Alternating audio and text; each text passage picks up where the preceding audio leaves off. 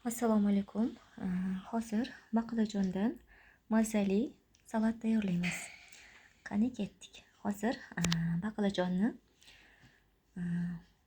to'g'rab olamiz. Mana baqlajonlarni mana shu shaklda to'g'rab oldim. Endi buni yog'da qovurib olamiz. Baqlajonlarni yog'da qovurib olamiz. Mana qovuryapti yog'da. Mazali baqlajonlar.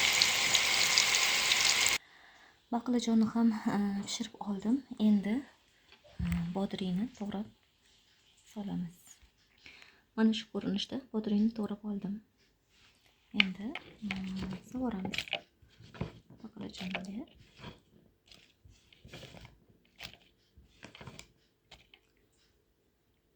Mana ko'k piyozni ham to'g'rashni boshladim. Ko'k piyozni bosh tomonini kesib olib, o'rtasidan mana shunaqa shaklda to'g'rab olamiz. Ko'k piyozlarni ham to'g'rab oldim. Endi ularni ham birga aralashtirib olamiz.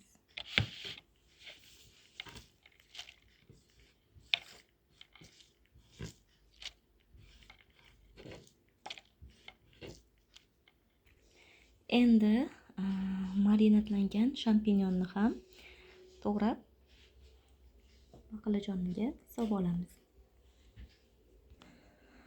Ularni ham baqlajon ustidan sovuramiz.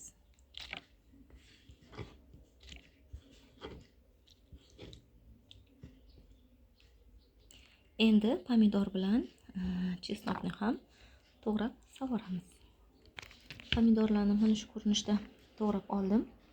Buni ham aralashtirib olamiz.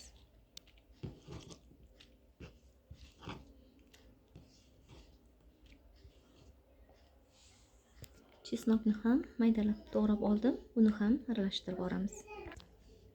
2 donagina bo'lsa ham rediska bo'lsa, uni ham to'g'rab solamiz. Ham ko'rinishi, ham ta'mi ajoyib bo'ladi. Endi navbat salat barglariga. Ularni ham chiroyli qilib to'g'rab sovuramiz. Barglarni ham, salat bargini ham sovuramiz, aralashtirib olamiz.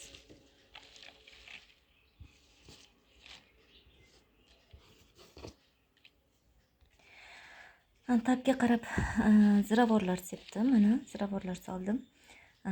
Tuz, tabga qarab soya ham aralashtirib olamiz. Juda ham mazali ta'm beradi. Endi hammasini yaxshilab aralashtiramiz. Mana salatimiz ham tayyor. Ko'rinishi ham chiroyli, mazzasiga ham gap yo'q. Albatta qilib ko'ringlar, tavsiya qilaman. Mayonezni yoqtirmaydiganlar uchun juda ham ayni muddao.